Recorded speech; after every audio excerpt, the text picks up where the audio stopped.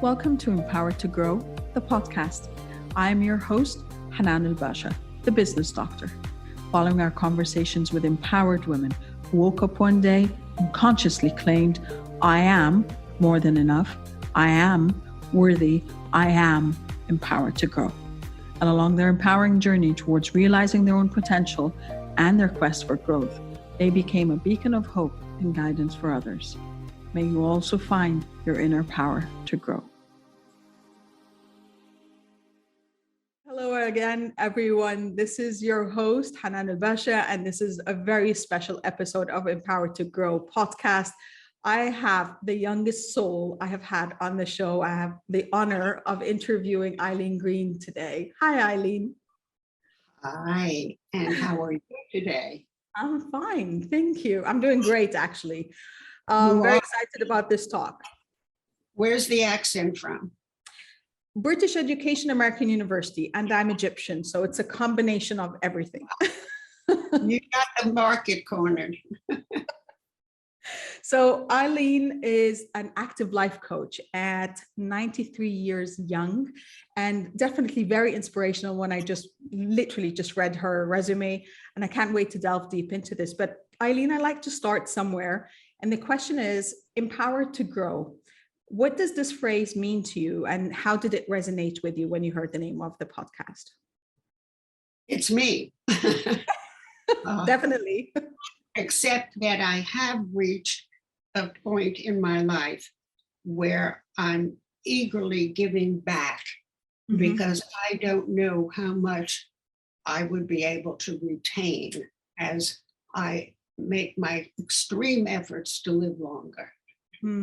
Well, you're doing an amazing job so far. So that's amazing. And you are, of course, the embodiment of being empowered to grow. So from that perspective, your story is a very intriguing one. You're not only at this point in time empowered to grow yourself, but you're also empowering others. Can you tell us a bit about the history of how you got to this point of being an active life coach at the age of 93? Well, I have forever been a student, but I never dreamt that I would get my master's at 75. And my eldest son was responsible for insisting that I give it a try. Wow. And he said he would do it if I would do it. And I said, but I'm going to be 75 when I graduate. And he said, of course, you're going to be 75 anyway.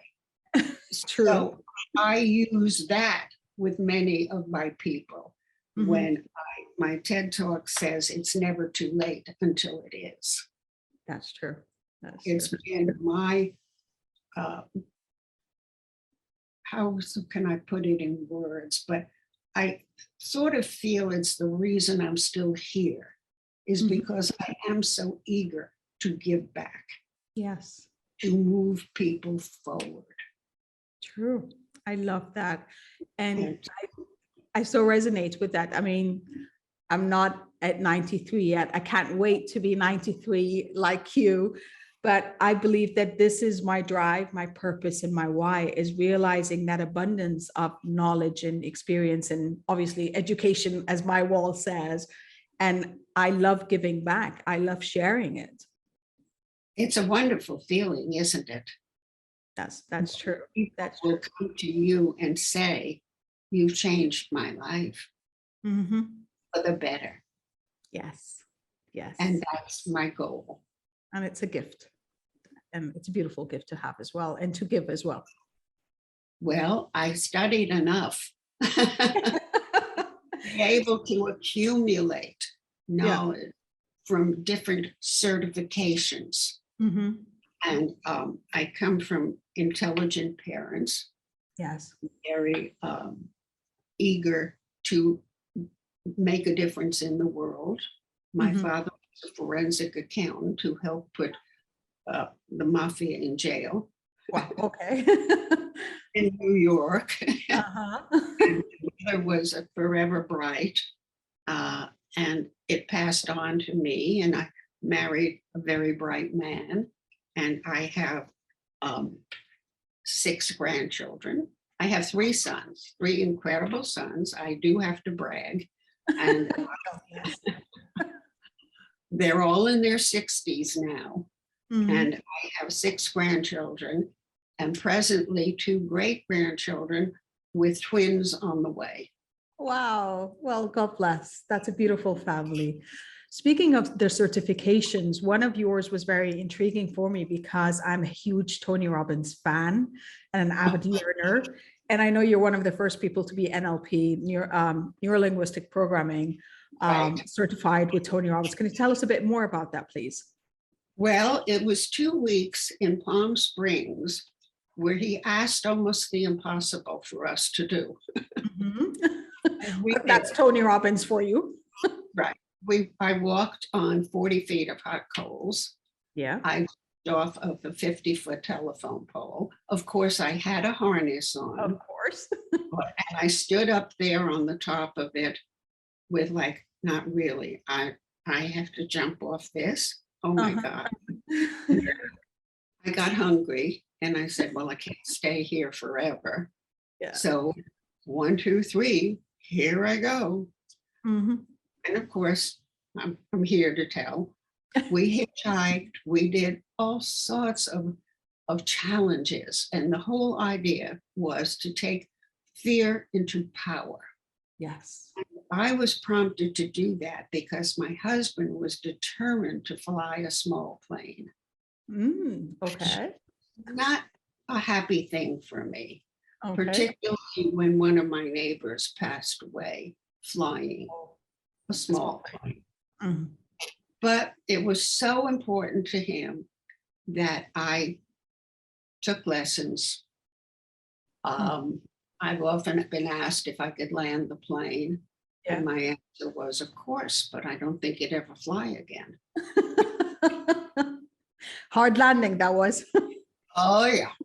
And then somebody in Houston, I think it was, a student and an instructor lost their lives in the same situation that had threatened me.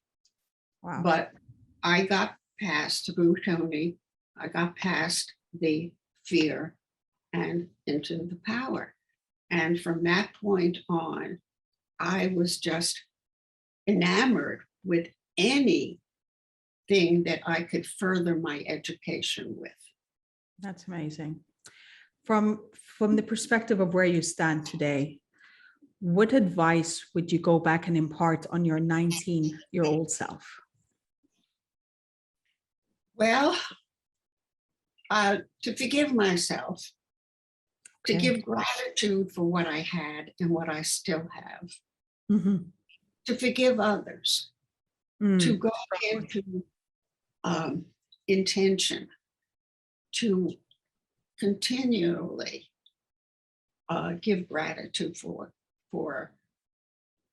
my life, and the ability to pursue moving forward, and the ability to pass on my experiences and my knowledge to other people. Yes, I would have liked to have gotten a doctorate, but I didn't. Okay.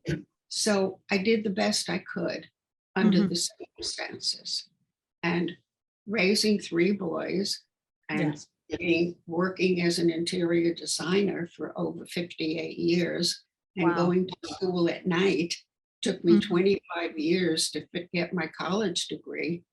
I did the best I could. You're the embodiment of perseverance. I'm stubborn. Perseverance. That's the positive way of it. I like that better. I do. Yes, I do persevere because I have just about every itis, otis, and ia in the book. So physically, I am continually challenged. And I accept that challenge with the gratitude that I still have the ability to use my brain, because the brain is the computer of the body. That's true. That's true. And negativity is a poison to the body. Yes. And I grew up in black and white, good girl, bad girl, judgmental society. I was born just a couple of months before the Depression of 1929. My father had lost his job, and we moved in with my grandparents. And there was 10 years of depression. Yes. But we worked our way out of it. Yeah. And although it wasn't that different, it was different. Of course. People worked, even if they had to buy rags and sell them. Yes. Even if they had to walk the streets with a push cart, sell something. Yes. So there was a difference. Yes. And I believe that has also imprinted that spirit of perseverance onto you. Yes. Well, and I had polio when I was 6. Wow. Okay. And I have a visual memory. So I rely on it to further my education, to be in constant gratitude. That's important to me. And I remind people that they would benefit by relying on their brain. Yes. Give the proper messages to their body. That's true. That's true. I usually ask the question from the other end of the spectrum. I actually ask, so what would you like your 90-year-old self to thank you for today? So what would you like your 93-year-old self to thank you for today? What are you thanking you for today? Well, I was sort of talked into doing podcasts. And at first they were intimidating to me. Yes. And I do have, unfortunately, a tremor. Okay. I do have certain limitations. So therefore I have Sam, I had Christy, I have home health coming to support me in some of my activities. I've always been athletic. In fact, now I can only rely on ping pong. Wow. And my son and I hit a record, volleying back and forth to each other. How long? Well, can you guess? It's pretty long. I want to say a few hours, but I'm guessing if it's a record, then it's more than a few hours. Well, we counted the times. Okay. Back and forth. What, 1,000, 10,000? 12,060. Wow. Wow, that is definitely an achievement.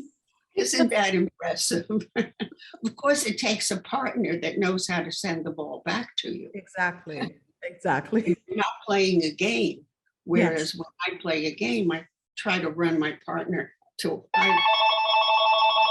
I'm sorry. I'm so sorry about it. I thought I'm just shutting it. Oh, shush.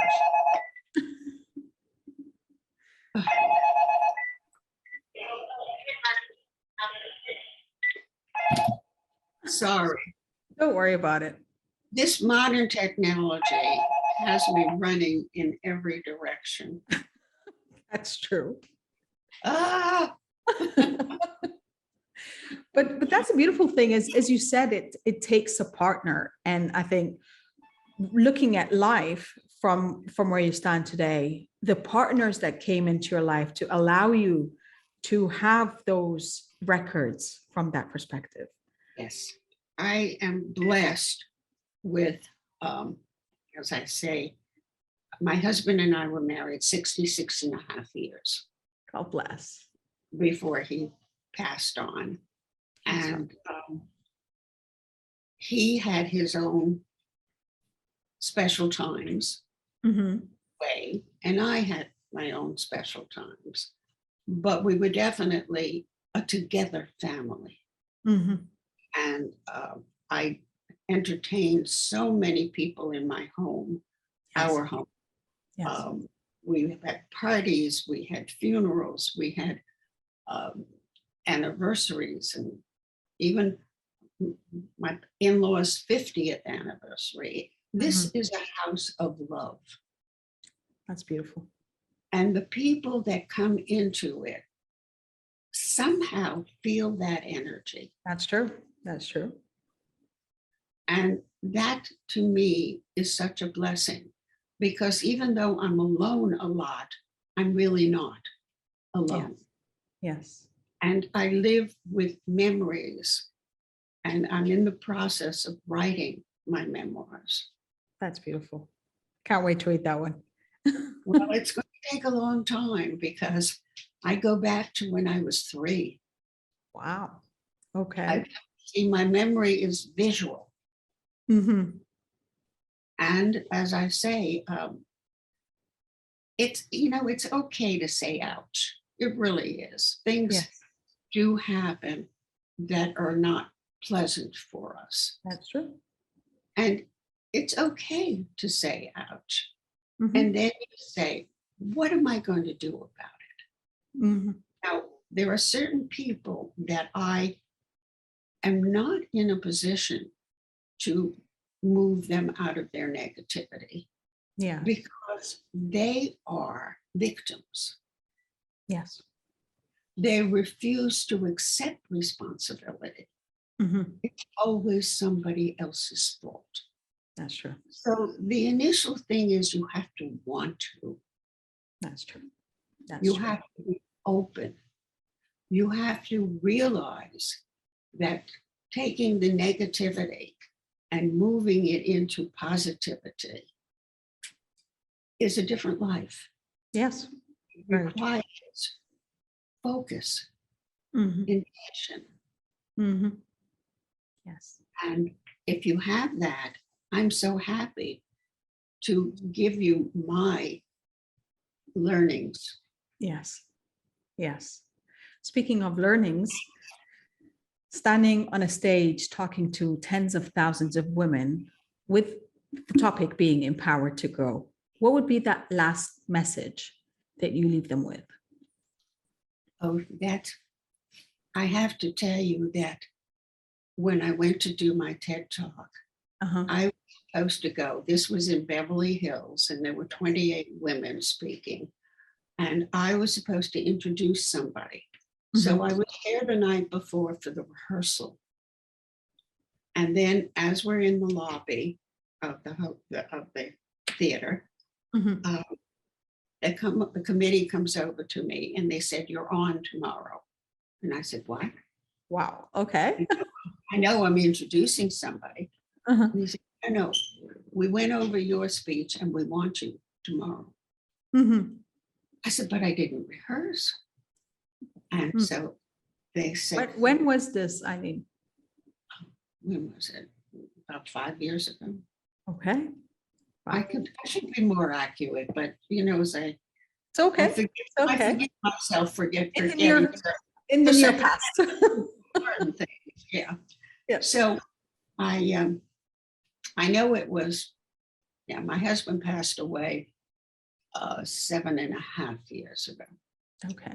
Okay. So anyway, I said, well, all right, if you keep insisting, I'll do it if I can have prompters. And they laughed. Everybody uses prompters. So I get to the queue and they put earplugs in me. Yes. I take 2 steps and they fall out. Wow. Okay. So they hand me a mic. Now you can't see, but I'm accustomed to talking with my hands. Yes. My oldest son is a speech coach. And in fact, he was just recounting his time with Princess Diana. Wow. He was one of 7 or 8 Americans at her funeral. And so this is an anniversary. Because her anniversary was just the anniversary of her death was a few days. So this was brought back. Yes.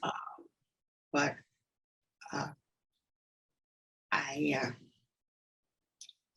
I go back They to, gave you the mic to get on stage, and now you have to use a mic and your hands. so I'm there and the mic is over on one side and I'm speaking to the front Mhm. until I hear them say, mic up, mic up. Hmm. So I got some negative comments that somebody should have taught this woman how to speak. But the rest of them were extremely complimentary, and I was able to help some people during the intermission. Wow, that's amazing. So your message would be to take the opportunity and get up and deliver your message. Well, my message to everybody is don't live with the shoulda, coulda, wouldas. Yep. Zero down to 1 to 2 to 3, but do it. Do it before it's too late. That's true. Oh, I wish I could have asked my cousin this question.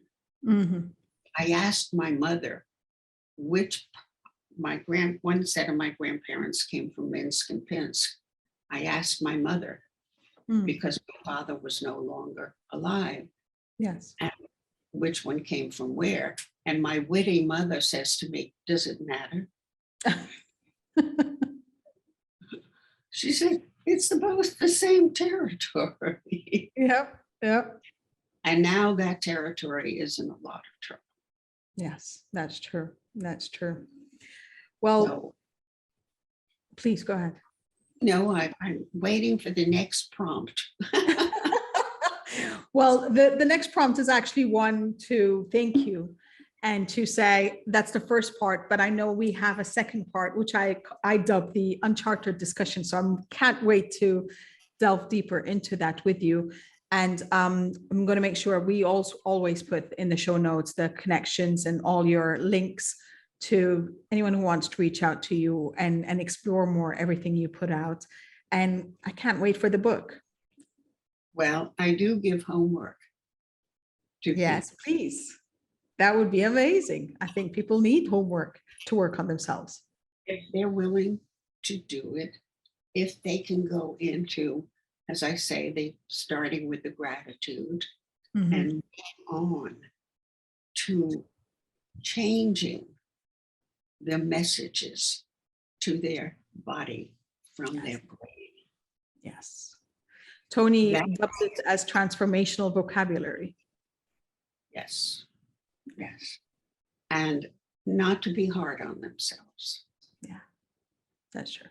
And to improve their self-esteem. It goes a long way. I know firsthand. It's a daily commitment. Yes, that's true. And I have my own experiences of the initial sensitizing experiences that are subconscious or conscious. I have experiences with my hypnotherapy clients. Yes. That are fascinating. And moving forward, the first thing I tell anybody to do is to write.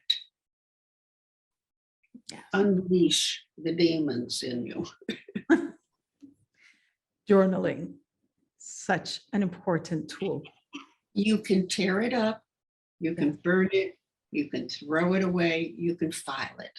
Whatever suits the individual, as long as you have bent it. Get it out on paper and out of your system. And that's a continual thing. That's why people are doing journaling. That's why people are writing books. I love that. Thank you so much for the homework. I'm sure a lot of our listeners and viewers are going to really appreciate it and take it to heart. That's only the beginning of the homework. Well, let's give them chunks of it then. I love your laugh. Thank you. Thank you, Eileen. Thank you. This has been the utmost honor. I'm super humbled and grateful to have crossed paths with you. and that I've had the honor of having this conversation with you. And I know we're still continuing the conversation. We're just ending the first part of it. But as you said, love, gratitude, and forgiveness go a long way in ensuring that we are striving to live the best versions of ourselves as possible and to be able to give and share. And add intention. And intention. That's true. That's true. That's for now, these are four of the ingredients for the secret recipe for life that you're passing on. My pleasure. Thank you. Thank you so much, Eileen. Well, I have nothing more to add. I'm hoping that you do the homework and you continue to wake up on a daily basis with the gratitude of having another opportunity at creating the best version of yourself and making sure to share it with others so they can benefit as well. As always, go ahead. I have more homework. You have more homework? Okay, let's go with it. Give me more homework, please. Really? Yes, please. You take a piece of paper. Okay. And in the center, you put a heart. Okay. And in the center of the heart, you put I am. And from there, you take tangents. Okay. And you rewrite your script by saying, I am. Wow. Okay. I am happily doing this. I am conscientiously avoiding this. I am taking notes that are so helpful to me. And before you do that, though, I would encourage that you center yourself and focus yourself by taking deep breaths into the stomach and long breaths out. Because when you center yourself, you are more open to acceptance. That's true. That's true. And the I am has been magic for a lot of my clients. That's true. It is. It is. I am worthy. I just ended that. I had a talk a couple of days ago with a group of professional women, and I ended the talk saying, I am worthy. That's a full sentence. And one of the ladies, I hadn't realized I said it. It was like, it wasn't intended. And one of the ladies sent me a message saying, thank you so much for the presentation, but this is my favorite part. This is what I got out of it. And I'm like, that is it. And I know I worked a lot to be able to get to this point where I say I am worthy. And I know that I believe it. It's in my heart and my body believes it as well. You know what's even harder? I love myself. Yes, that's true. That's true. There's the meditation, a Ho'oponopono meditation, Hawaiian meditation. And it's 4 lines. My friend told me about it. And it's, I'm sorry, please forgive me. Thank you. I love you. And that's it. That's meditation. So it's on repeat.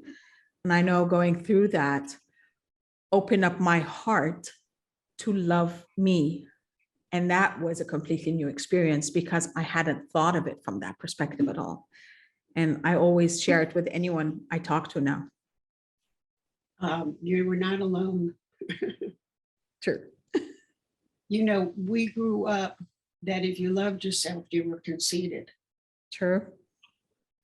We grew, when I say we, my vintage. Same for me. Right or wrong, good girls or bad girls. You did not have sex until you got married. It was a different mentality pertaining to language. True. True. And that dictated our limitations on how we acted and interacted in our subconscious. Yeah, we were judgmental. We were black and white, as I said before. And it's an unbelievable shift. But not everybody is shifting. That's true. We still have the judgment. We still have the right and wrong. Yep. And so when I coach people, that's what is important to me, to see their evolve. Yes. It was very hard for me to love myself. Yes. Yes. That was selfish. That was self-centered. Yep. Yep. Well, then we'll end with this. We'll end this part of the discussion with this. I am love. And with that, as always, I wish you love, abundance, and prosperity, and we'll see you in the next episode. Thank you. Thank you for listening to the Empowered to Grow podcast. For further engagement with a tribe of empowered women, join my Facebook group, Empowered to Grow, or visit my website, www.hananulbasha.com. I'll catch you on the next episode. And until then, know that empowered you empowers others. Love, abundance, and prosperity to you all.